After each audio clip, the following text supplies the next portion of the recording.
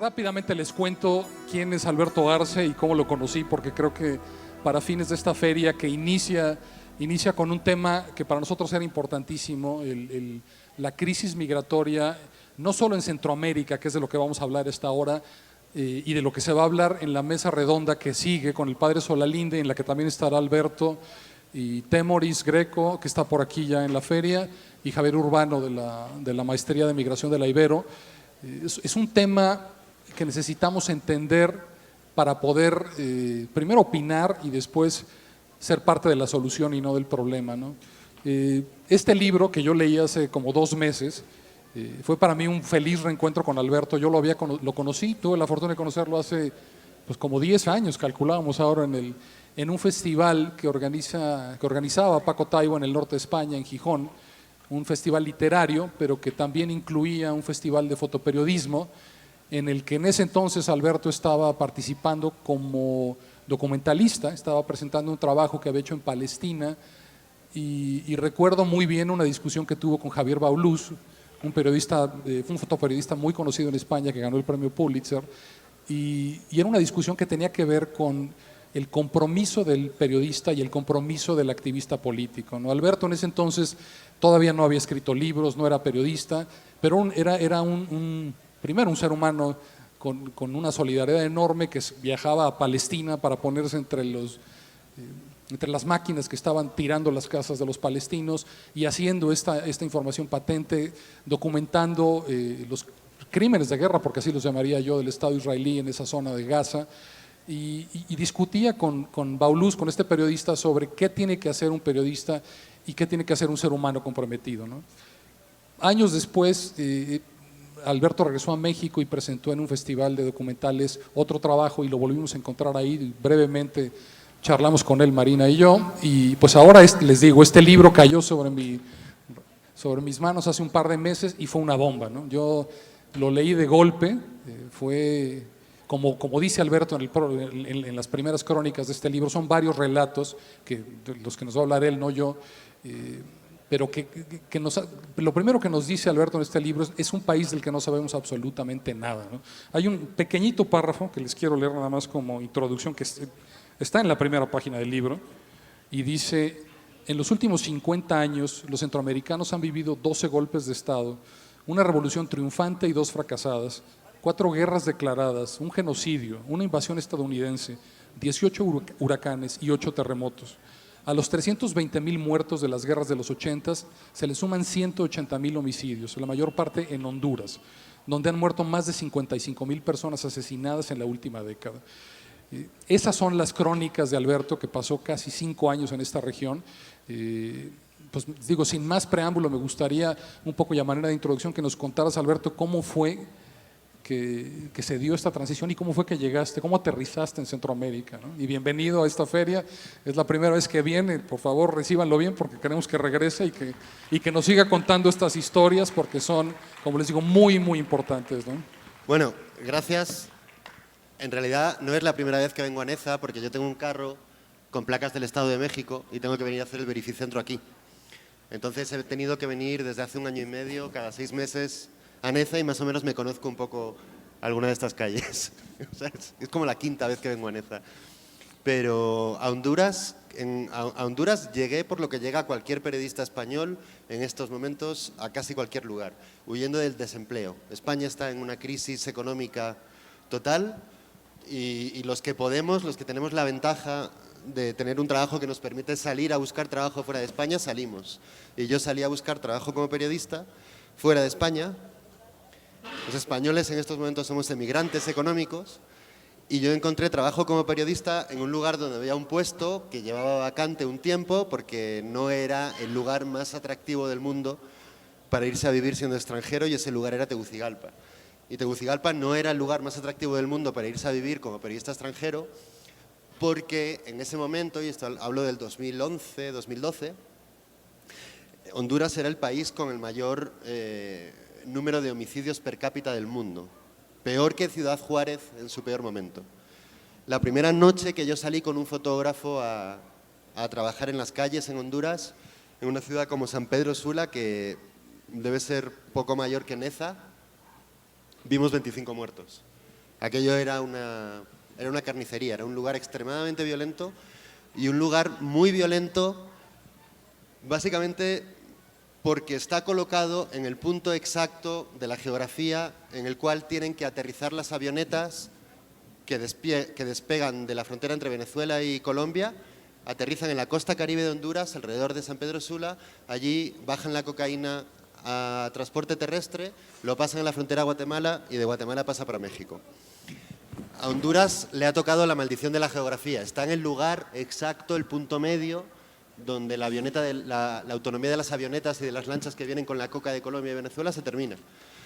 Entonces, Honduras está en una posición en la cual necesita transportistas de la cocaína que la recojan y la lleven hasta su siguiente parada, para los cárteles mexicanos. Y ese transporte de la cocaína genera una lucha por el control de territorio que dan los cárteles, el cártel de Colón, el cártel de Copán, el cártel del Atlántico, que son los cárteles hondureños que trabajan con los cárteles mexicanos, la policía. Hay grupos de policías que trabajan para un cártel y grupos de policías que trabajan para otro cártel. Y las pandillas de la calle, que son sobre todo la 18 y la Salvatrucha, y algunas más pequeñas que se van extendiendo, que se pelean también por hacer de transportistas de la cocaína y por tumbarse cargamentos los unos a los otros, y una vez que están controlando el territorio, por cobrar extorsiones y por hacer todo lo que hacen este tipo de organizaciones con la gente. Entonces, la situación era bien complicada. Si a eso se le suma que el país venía de un golpe de Estado que había provocado que la ayuda internacional se suspendiera, sobre todo a las fuerzas de seguridad, porque no se confiaba en las fuerzas de seguridad que venían de dar un golpe de Estado, Honduras, cuando yo llegué, era una autopista libre, sin cuota, por el cual pasaba la cocaína con todo lo que la cocaína arrastra tras de sí. ¿Me están diciendo que me calle? Ah.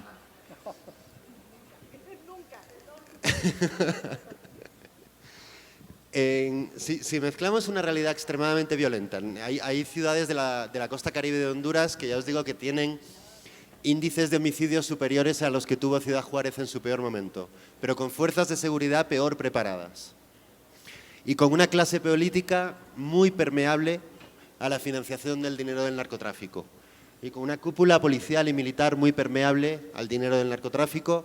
Lo que encontramos es un Estado muy débil, que no se preocupa por darle a la población lo que necesita, no se preocupa por gastar dinero en educación, no se preocupa por gastar dinero en sanidad, y tenemos un país totalmente empobrecido, con unos índices de analfabetismo y pobreza altísimos, que lo que hace es provocar una gran ola de personas que tienen que huir de ese infierno, de ese pozo negro, y salen en dirección a los Estados Unidos.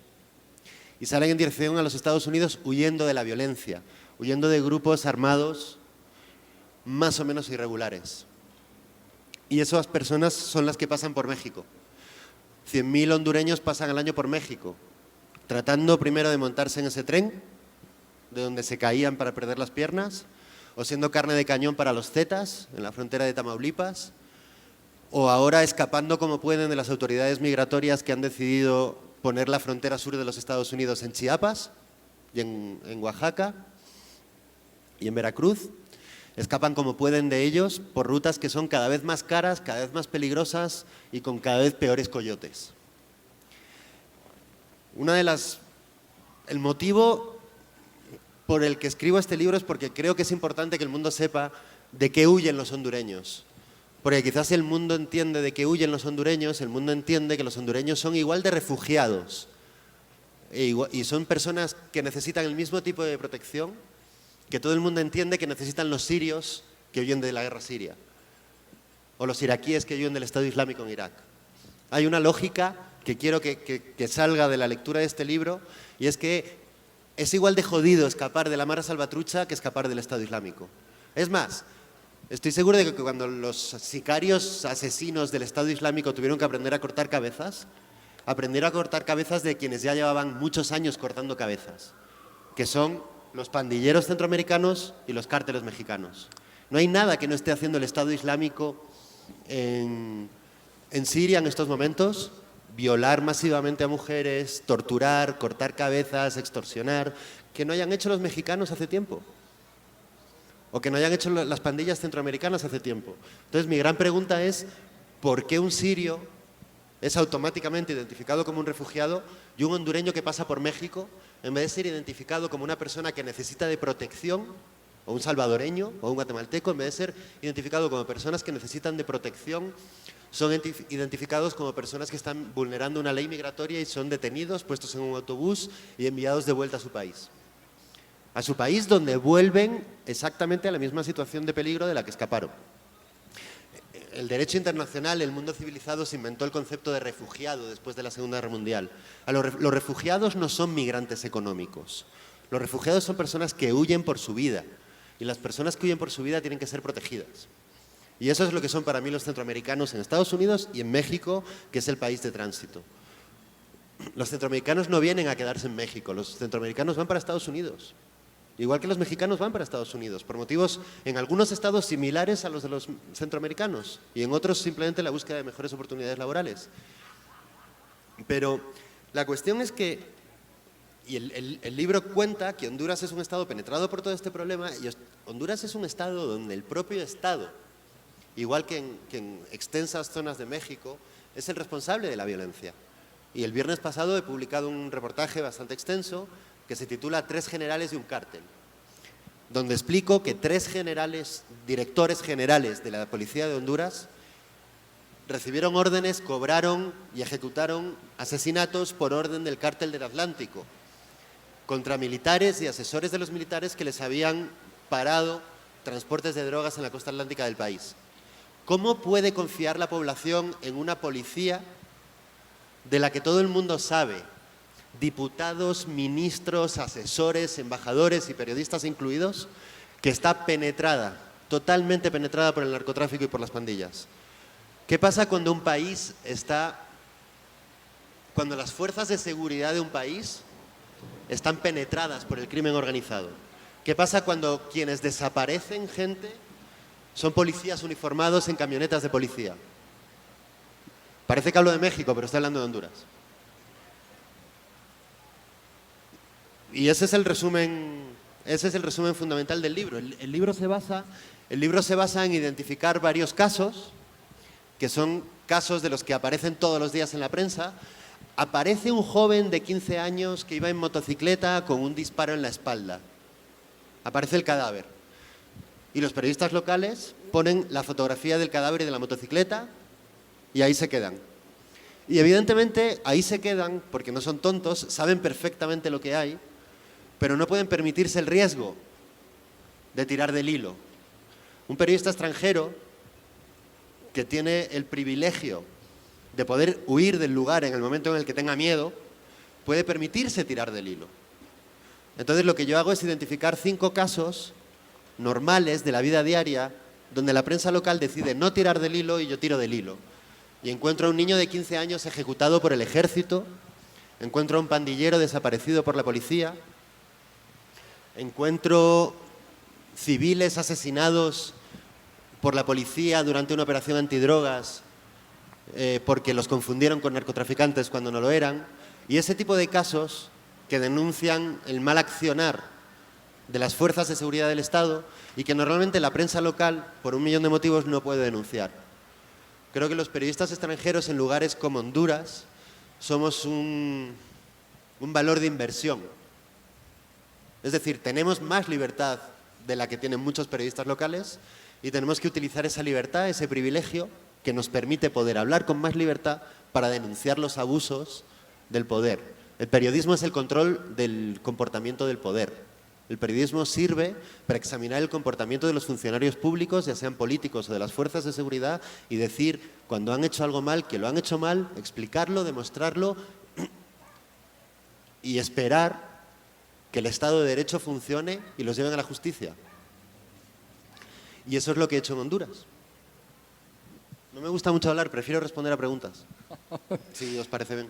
Si quieres, quería un poco hablar de lo que veníamos comentando en el coche, de cómo has recibido eso, pasando de un activista político ahora a un columnista muy respetado en el New York Times, que ahora algunas personas, estos puristas del compromiso sin poner el cuerpo entre la violencia y las personas, que te cuestionan el ahora hablar desde el podio, desde la plataforma de un periódico como el New York Times, ¿no?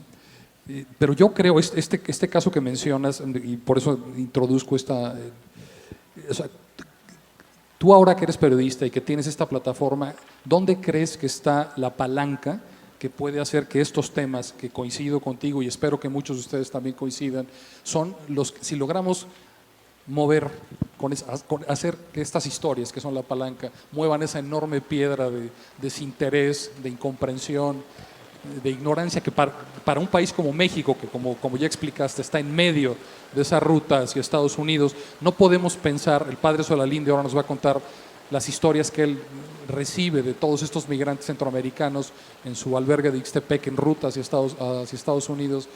¿Dónde está la acción útil? Tú que has estado en varias trincheras, ¿no? Yo creo que el periodismo es una profesión que tiene como objetivo escudriñar y examinar el comportamiento del poder, sea poder político, poder económico o poder en fuerzas de seguridad del Estado. Nosotros sabemos lo que dice la ley y investigamos, nuestro trabajo es investigar qué es lo que sucede.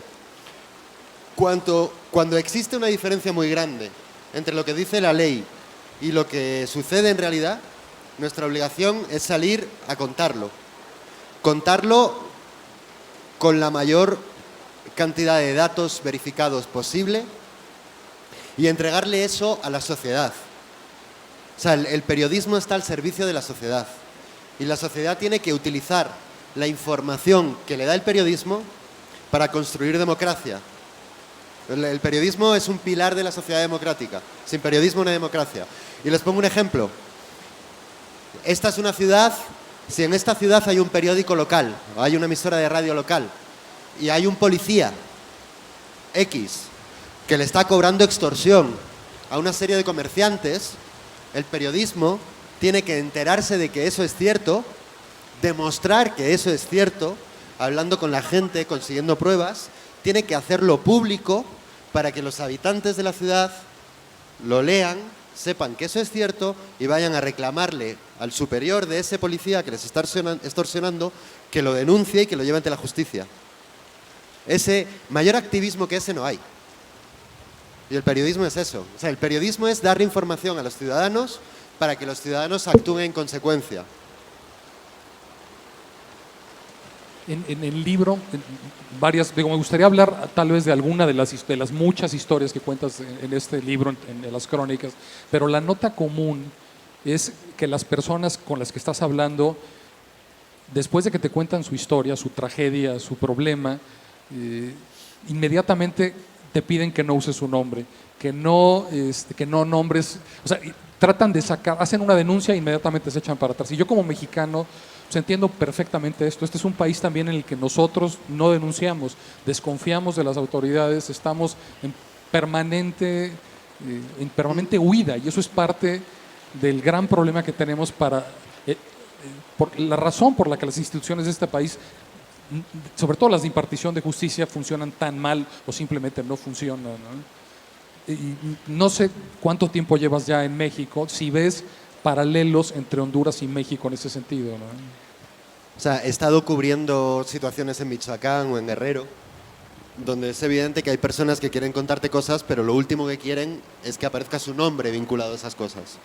Y lo que a mí me gusta que la gente entienda que el único motivo por el que un periodista le pide a la persona el nombre cuando le cuenta algo es porque en un pacto, hay un pacto no escrito, hay una regla que dice que si yo cuento una cosa y pongo el nombre de quien me la dijo, esa cosa es cierta. Es un pacto no escrito, es una regla de caballeros. Si yo no pongo el nombre de quien me dice algo, yo podría estar inventándomelo. Evidentemente puedo inventármelo igual. Y evidentemente puedo inventarme el nombre.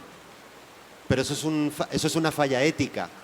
Entonces el periodismo trata de buscar la manera de demostrar que lo que cuenta es cierto. Entonces cuando un periodista le pregunta a una persona ¿y me puede decir su nombre? Y la persona se tira para atrás, muerta de miedo, el primero que lo entiende soy yo, porque yo soy el primero que no quiere que maten a alguien por mi culpa. Yo no podría cargar con la responsabilidad de la muerte de una persona por haber publicado lo que me dijo, si esa persona no estaba de acuerdo en que lo publicara. Entonces, ahí es donde vemos la diferencia que hay entre el periodistas profesionales y periodistas no profesionales, entre periodistas éticos y con profesión y carroñeros. Hay gente que con tal de conseguir una noticia es capaz de vender a su madre, es capaz de mentir, es capaz de pagar por información. Y yo no lo he hecho nunca, no lo haré nunca, y lo que uno espera es que con el tiempo, o sea, con los años y años de trabajo y de publicar información, y que pasan años en los que publicas información y nadie sale a decir que lo que has publicado es falso, acabas teniendo una credibilidad con tu nombre. O sea, tu nombre va vinculado a una credibilidad. Entonces, cuando tu nombre va vinculado a una credibilidad, te permites un mayor lujo a la hora de poder poner cosas sin nombre. No debería ser así, pero es algo que va evolucionando porque la gente confía más en tu firma. Pero no está bien. La cuestión es que la información tiene que ser verídica. Y los nombres son los que le dan veracidad a la información. Ese es el único motivo por el que se piden los nombres. Y yo entiendo que la gente tiene miedo de hablar, lo entiendo perfectamente. Soy el primero que si estuviera en esa situación probablemente, según aparece un periodista por la entrada del pueblo, yo voy y me escondo en mi casa. No quiero ver a un periodista no es más que un problema para mí. Lo entiendo perfectamente porque yo voy, me cuentan algo durante 24 horas y yo me regreso a mi casa segura en el DF y ellos se quedan allí viviendo con los malos. Lo entiendo perfectamente. O sea, es un problema sin resolución. Mientras los malos sigan siendo los que tienen la capacidad de actuar en grandes zonas del país, ese es un problema de difícil solución. Hay una regla, y a mí si 3 personas seguidas me dicen lo mismo, y me dicen lo mismo en sitios diferentes, aunque no me den su nombre, yo ya sé que es verdad lo que me están contando, entonces lo publico sin nombre. O sea, tienes que ir buscando mecanismos para proteger siempre la veracidad de la información. Es decir, un periodista profesional nunca publica rumores, solo publica información contrastada, punto. O sea, se dice que, ha trascendido que, a mí no me sirve de nada. Un poco para que se den una idea del libro que estamos presentando, me gustaría un poco que, son varias crónicas. ¿Me dan permiso para fumar? ¿Sí nos están escuchando bien, por cierto? ¿Sí?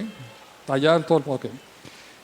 Que nos hablaras un poco. A mí, en lo personal, una de las crónicas que más me fascinó y me horrorizó es la crónica en la que hablas de la Costa Mosquito. Es que claro, describes lo que es esa zona de selva cerrada donde lo único que se observan son las avionetas y en medio de repente de la nada se descubre una pista de aterrizaje y una mansión.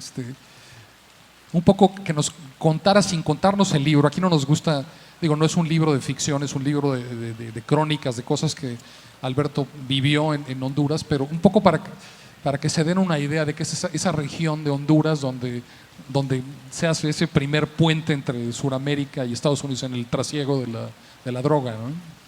La Mosquitia es la segunda selva tropical más grande del continente después del Amazonas. Y es una zona totalmente alejada de la mano de Dios. La Costa de los Mosquitos, si alguien ha visto la película de Harrison Ford de los años 80, es una zona totalmente alejada de la mano de Dios. Es una zona donde no llegan las carreteras, hay que ir en barco o en avión. Es una zona tremendamente pobre y en toda la costa la gente vivía de pescar langosta, entre otras cosas, pero sobre agricultura de subsistencia y pescar langosta. Vives alejado de la mano de Dios. El Estado no te manda médicos, el Estado no te manda profesores, el Estado no te manda medios de vida, ni manera de estudiar, ni una carretera para salir a la ciudad. El Estado para ti no existe. Estás allí perdido contigo mismo. Y tú ganas $7 al día, $5 al día, rompiéndote el lomo 18 horas al día plantando yuca. Y de repente llegan 50 tipos armados con R15 y te dicen, mira, aquí mañana en tu pueblo, que es un pueblo de 200 habitantes, aquí mañana en tu pueblo va a aterrizar una avioneta. Me la tenéis que descargar, me tenéis que construir la pista, me descargáis la avioneta y cuando la vaciéis la destruís y la hacéis desaparecer. Y os vamos a dar $200 por cabeza. Y además, si no me aceptas los $200 y eres un sapo del ejército, o si hablas con las autoridades, te mato. Entonces, ¿qué hace la población de la Mosquitia? Colabora con los narcotraficantes. Primero, porque no tiene para comer. Y los narcotraficantes son su único medio de vida. Segundo, porque si no colaboras con ellos, te matan. O te hacen algo incluso peor que matarte. Entonces, el problema es que tienes un territorio geográfico inmenso, una zona inmensa, donde prácticamente no hay control del Estado. Y donde hay mucha gente empobrecida que no tiene medio de vida. Y donde los únicos que llegan a imponer su orden, el que sea, y donde los únicos que llegan a traer unos billetes son los narcos. Entonces lo que pasa es que esa parte del Estado, que es la Mosquitia, se convierte en un Estado fallido, en un territorio fallido que está entregado al narcotráfico y entregado a los narcotraficantes y que se convierte en un tumor que extiende su metástasis a todo el cuerpo, que es el resto del país. Otra cosa interesante del libro, e intrigante, y por eso que la pregunta, el libro, aunque hablas mucho de fotografías, hay una crónica en la que hablas de, entran a un billar donde hay unas personas que fueron asesinadas y tú de inmediato descubres un ángulo y se lo señalas al fotógrafo y esa foto acaba ganando un premio, el World Press Photo. No incluiste fotos en el libro, incluiste ilustraciones de un artista que era vecino tuyo en Honduras. ¿Por qué decidiste ilustrar este libro con dibujos? Porque me parece que, o sea, yo llevo más de 10 años dando vueltas por el mundo y siempre soy el extranjero, el que llega de fuera, está un tiempito en el lugar y lo cuenta. Y me parece muy injusto. Me parece muy injusto porque creo que nadie entiende mejor los países que la gente del propio país. Y nadie entiende mejor el pueblo que el pueblo. O sea, ¿quién soy yo, un españolito que vive ahí en el centro del DF, para venir a contarles a los habitantes de Neza qué pasa en Neza? Entonces, el mensaje para mí era que yo quería que un ilustrador hondureño, que un hondureño colaborase con el trabajo, porque creo que lo que tenemos que hacer los periodistas extranjeros es venir a ayudar a los periodistas locales en la medida de lo que podamos para que ellos sean los que cuentan la historia y no nosotros. Es así de simple. La historia la tienen que contar los mexicanos sobre México y los hondureños sobre Honduras. Y si nosotros estamos en esa posición de hombre blanco, colonizador, superior, que hemos tenido siempre, lo que tenemos que hacer es utilizar ese privilegio para entregárselo a ellos, para que ellos lo puedan hacer, porque lo van a hacer siempre mejor que nosotros. Pero nadie les deja hacerlo. Ese es el problema, no les dejamos hacerlo. Siguen escuchando, porque yo ya no sé si con este caos están pudiendo seguir lo que está pasando aquí. Y están moviéndose, ya están todos a descubierto porque... Es bien romántico esto. De veras, son ustedes, son mis héroes. Están aquí al pie del cañón escuchando una charla sobre Honduras en medio de una granizada de esta magnitud. Es espectacular. Digo, Alberto quería tomar preguntas, pero sí, no sé si vamos a poder escucharlas en medio de este... ¿Preguntas? Que nos pasemos allá. Ok. Vamos. Nos vamos a cambiar entonces de lugar. Pero yo tengo una pregunta, que es, ¿cómo es de diferente la corrupción de México y de Honduras? ¿En qué es diferente? No conozco México suficiente para comparar Honduras, que sí conozco bien. Y me imagino que es más o menos igual, solo que Honduras, por ser más pequeño y menos estado que México, en Honduras se nota más.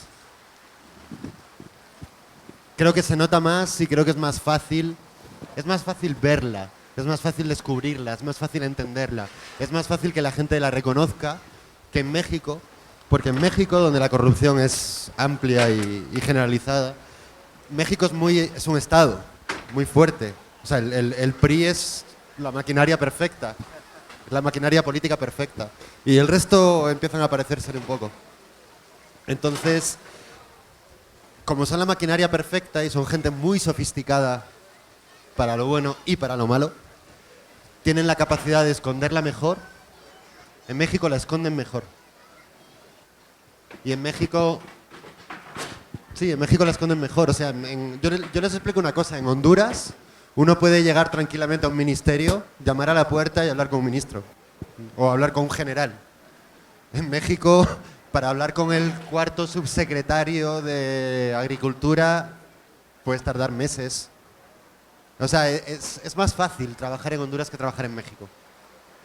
Pero me imagino que la situación es igual. Solo que los corruptos mexicanos han estudiado en Harvard y son todos güeritos bien sofisticados y bien cabrones. y los hondureños son más de andar por casa. Entonces es más fácil lidiar con ellos. Bueno. Yo creo que el salir de su país de origen, de alguna manera es como si nacieras, ¿no? Así como un parto, ¿no?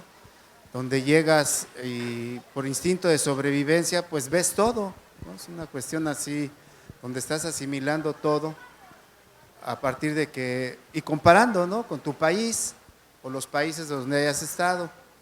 Entonces es así como un parto que te permite ver más allá de lo que nosotros pudiéramos ver, ¿no? Que lo que ya se nos hace cotidiano, que ya lo vivimos como si fuera una cuestión natural, ¿no? Ya hay corrupción, hay robo, nos dicen ya es el pan de todos los días, ¿no? Y sabemos que igual se comportan en otros países igual, en otros diferente, hay formas de los sistemas de controlar a la sociedad. Pero bueno, tú como periodista, me imagino que utilizas un método para, pues, de observación, la sorpresa, análisis, todo para tener y hacer un diagnóstico. Pero bueno, la pregunta es, ¿cuáles serían los límites que tienes como periodista para no ser tan veraz, tan claro? Porque de alguna forma, sí debe haber límites, ¿no? Yo el único límite que tengo a la hora de contar algo, y lo digo por mí y por las empresas para las que he trabajado y por mis jefes, y yo soy una persona que he tenido mucha suerte por trabajar para buenas empresas con buenos jefes, yo solo tengo dos límites a la hora de contar algo. El primer límite que tengo es tengo que poder demostrarlo. O sea, yo no cuento rumores ni pajas. Si me lo demuestras, yo lo cuento. Y el segundo límite es que me pongan una pistola en la cabeza. O sea, yo no sé si está el padre aquí, yo no soy mártir. Yo no pienso morir haciendo esto. Entonces, en el momento en el que me venga un malo y me ponga una pistola en la cabeza, yo me voy. Y esa es la ventaja del extranjero. Como el extranjero sabe que tiene un pasaporte y unos dólares que le van a permitir, si yo mañana tengo que agarrarme un billete de avión y salir de aquí con toda mi familia, lo hago. Punto. Y eso me da una fuerza equivalente a la del padre que tiene su fe. Yo no tengo fe, pero tengo fe en mi profesión. Es decir, si es verdad, lo voy a contar. Y si me ponen una pistola en la cabeza, me voy a ir al día siguiente. No, yo no tengo más límite que ese. Y si no estoy dispuesto a asumir las dificultades de este trabajo, pues por no haber agarrado este trabajo. A mí nadie me obligó a ser periodista. Nadie me obligó a venir a México. Nadie me obligó a ir a Honduras. Nadie me obligó a ir a Irak en su día. Digo, si no me gusta esto, me meto a jefe de prensa del Teatro Jovellanos en mi ciudad y ahí no me voy a meter en clavo con nadie. ¿Alguien quiere hacer una pregunta? A ver, por allá. Sí, buenas tardes. Como periodista y representante de los medios de comunicación, ¿cómo influyen los contenidos que ustedes presentan en esta descomposición social en Latinoamérica o, bueno, en el resto del mundo? Bueno, y la otra pregunta, ¿qué se recomienda o qué contenidos se deben de presentar para que las futuras generaciones no agarren, bueno, no tomen las mismas decisiones que a lo mejor se están tomando actualmente? Bueno, yo no represento a los medios de comunicación, yo solo me represento a mí mismo. O sea, ni siquiera represento al medio para el que trabajo, yo me represento a mí mismo y no puedo hablar por nadie más que por mí. Lo que está claro es que si mi trabajo como periodista es descubrir a un corrupto, si yo les digo, yo como periodista consigo pruebas para decirles, miren, este señor es un corrupto, este señor se robó dinero, o este político determinado recibió dinero, este político recibió una casa de una empresa a la que le dio contratos millonarios cuando tenía su cargo político anterior. Pues no lo vuelvan a votar. ¿Qué puedo hacer? Yo no voto en este país. Yo lo que hago es contarles lo que hace la gente que trabaja en este país. Y ahora son ustedes mexicanos los que tienen que decidir qué hacen con esa información.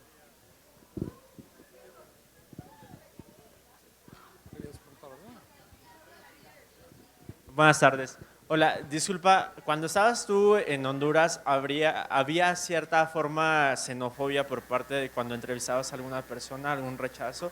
Y bueno, hace tiempo también vino Marcela Turati y estaba contando sobre los reportajes, cuando ella se hospedaba tenía que dar varios nombres. También suele pasar así cuando estás tú en Honduras cubriendo, de estarte hospedando en un hotel, registrándote con otro nombre por el mismo miedo de represalias, pues, se puede decir. Bueno, yo en ese sentido tengo una filosofía muy diferente a la de Marcela. A mí lo que me protege es mi nombre, mi pasaporte y mi periódico. Y antes la agencia para la que trabajaba.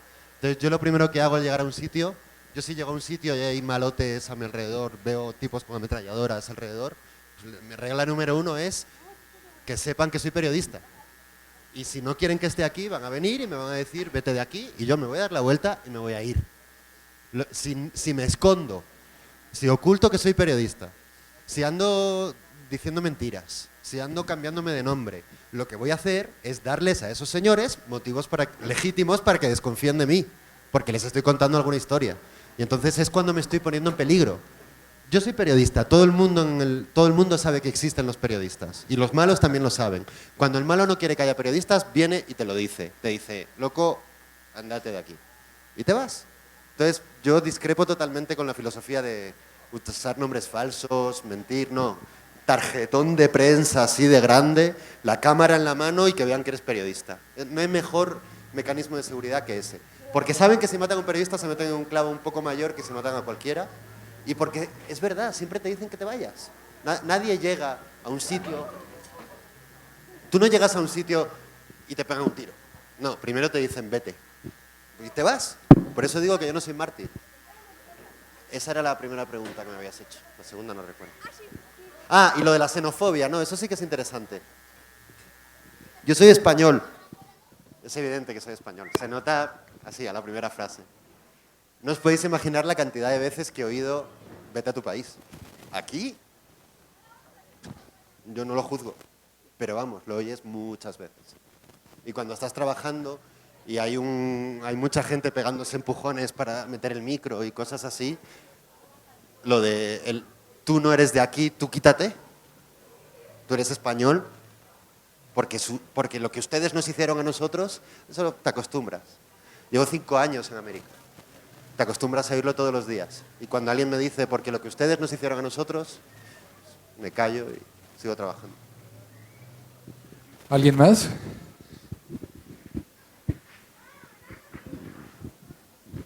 Buenas tardes. Yo sí quisiera pedirte que nos dijeras cómo suavizan a las masas para que nos quedemos sin hacer nada con tanto que está pasando aquí en México. ¿De qué manera se suavizan las masas? Para que nadie salga de sus casas, para que nadie diga nada. Hacen y hacen y hacen aquí en México. Y es un grupo, los de siempre, que salen. Yo no soy especialista en México. No, en el mundo, en donde has andado, ¿cómo se suavizan las masas? Pues hace 135 años Carlos Marx lo llamó la alienación.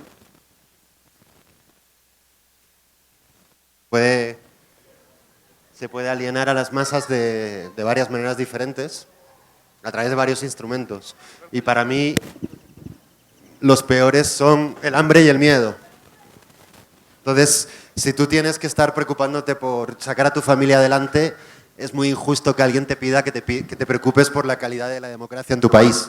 O sea, normalmente los activistas políticos suelen ser gente, pues como nosotros, básicamente, pequeño burgueses con complejo de culpa y con conciencia, a los que nos educaron para hacer algo por la sociedad y nos podemos... Yo tengo una educación religiosa muy estricta. Y entonces yo llevo grabado en el ADN que nosotros estamos en el mundo para hacer algo por los demás. Aunque luego crea en Dios o no crea en Dios. Pero yo estoy en el mundo para hacer algo por los demás. Bueno, en mi caso, padre, es marxismo. Pero bueno, es fe. En todo caso, es fe en una idea. Fe en una idea. Y para mí no hay mayor alienación que la pobreza y el hambre.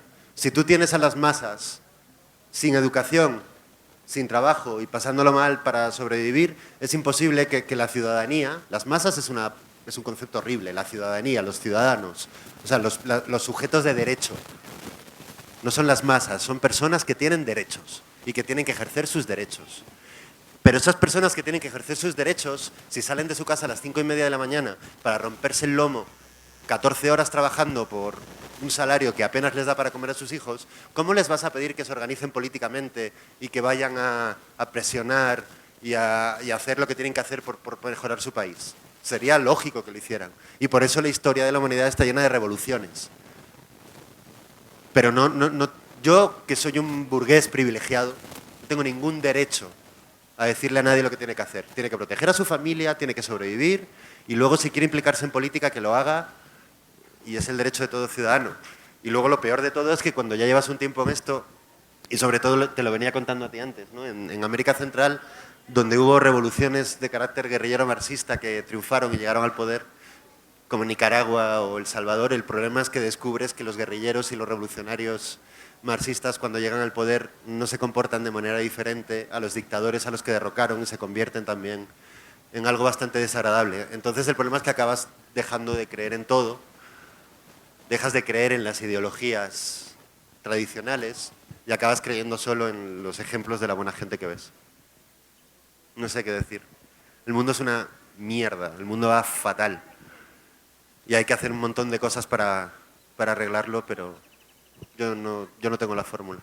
Yo lo único que sé hacer es descubrir a gente con poder que se comporta mal, trato de exponerlos en público, que es el trabajo de un periodista, y que la sociedad decida qué es lo que quiere, o no lo que quiere, sino lo que puede hacer. Y no puedes juzgar a nadie. Empezaste la charla diciendo que la información en algún momento es una herramienta poderosa y lo que estamos haciendo aquí en respuesta a su pregunta es precisamente eso, ¿no? Vea todo lo que ha sucedido. Seguimos siendo 80, 100 personas escuchando una charla sobre un libro que habla de Honduras, sobre la migración. Se van a sentar a escuchar ahora al padre Solalinde y a especialistas que van a seguir hablando de este tema. Y eso es entender, buscar información, salir a la calle, que es lo que estamos haciendo, reunirnos y hacer estas preguntas. Eso es lo que a mí me da esperanza, ¿no? Verlos a ustedes mojados, fríos, siguiendo escuchando a Alberto, haciendo preguntas, y espero que interesados en leer este libro, que les aseguro que les va a dar mucha comprensión sobre lo que está pasando en México, no la tragedia de Honduras, pero que tiene que ver muchísimo con lo que está pasando en México. A mí eso me da esperanza, ¿no? Y eso para mí no es poca cosa, y por eso trabajamos en esta brigada y hacemos este tipo de ferias y buscamos este tipo de debates, y por eso está ahí el padre Solalinde, que ahora va a hablar. O sea, el mensaje, lo que quiero decir es que sea por fe cristiana como tiene el padre, sea por fe en el periodismo como tengo yo, pero cada uno tiene que buscar un motivo. Lo que no puede ser es que nos pasemos el día mirando alrededor y viendo sufrir a gente. Mires a donde mires, ves sufrir a gente continuamente, sin parar. Y si tú no haces algo para evitar el sufrimiento de las personas que te rodean, no eres un ser humano. Y yo he encontrado el periodismo y él ha encontrado el evangelio. Cada uno tiene que encontrar cuál es su instrumento para ayudar a los demás. No juzgar, hacer lo que cada uno pueda hacer desde su posición, pero hacer, hay que hacer. Hay que hacer porque si no, lo que está pasando, gracias, lo que está pasando es que en esta sociedad, y os lo digo porque a mí lo que más me impacta de México, y para mí la imagen más, gracias, para mí la imagen más dolorosa de México es ver ese grupo de personas cada vez más privilegiadas y encerradas en esas puñeteras camionetas gigantes, prepotentes, que se mueven por la Roma, la Condesa y Polanco, protegidas por hombres armados, pisando a los que les rodean. Esa metáfora de la camioneta grande con hombres armados que pisa al taxista, que pisa al que va en la moto, que pisa al del autobús, que pisa al peatón, esa metáfora de la persona encerrada en su camioneta de $70.000 con hombres armados, rodeado de miles y miles y miles y miles de cada vez más, un mayor número de personas que cada vez lo tiene más difícil y más duro para tener una vida digna, esa situación es insostenible. Y o se arregla con democracia o se arregla con violencia. Pero os aseguro que en ningún momento de la historia de la humanidad las masas jodidas y empobrecidas han aguantado de manera ilimitada la opresión. Y eso es la historia de la humanidad. Y estamos viendo un mundo donde cada vez menos personas concentran más poder y más riqueza y más personas lo pasan mal. Y la historia de la humanidad dice que o lo solucionamos con democracia, como lo solucionó Europa en algún momento y progresó, o como lo solucionó Estados Unidos en algún momento y progresó, o lo solucionamos bien o lo solucionamos mal, pero es insostenible. Y viviendo en América Central, la imagen es muy fácil. La gente como yo en América Central vive encerrada en condominios cerrados, con vallas electrificadas, con guardias de seguridad armados. Mandamos a nuestros hijos en carros protegidos a colegios donde están separados de la población, con guardias de seguridad armados y vallas electrificadas. Pero si es así, es solo porque eliges blanquito europeo. Y los blanquitos europeos somos 250 millones de personas.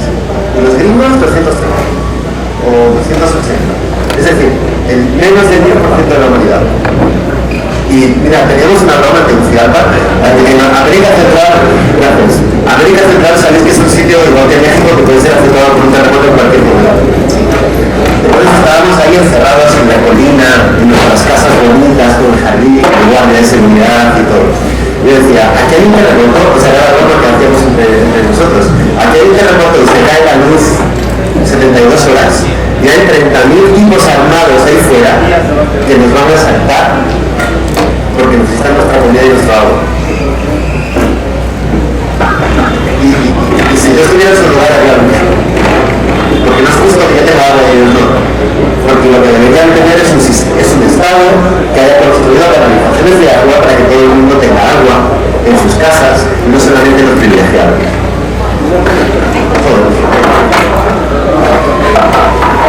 Eso es lo que yo pienso. Entonces, como en los años 70, las personas que estudiamos en los colegios de curas en España de aquellos años, teníamos el mito de irnos al tercer mundo como misioneros o como latigueros. Y las guerrillas fracasaron. Y yo siempre digo que las cámaras y las libretas del reportero son las nuevas armas de la democracia, de la justicia. Son las que nos han tocado por problemas generacionales. Estoy seguro de que si hubiera nacido 40 años antes, o 80 años antes, si hubiera nacido 80 años antes, hubiera luchado la guerra que luchó mi abuelo en España. Si hubiera nacido 40 años después, hubiera luchado en Centroamérica. Y ahora lucho por el periodismo. Bueno, sí.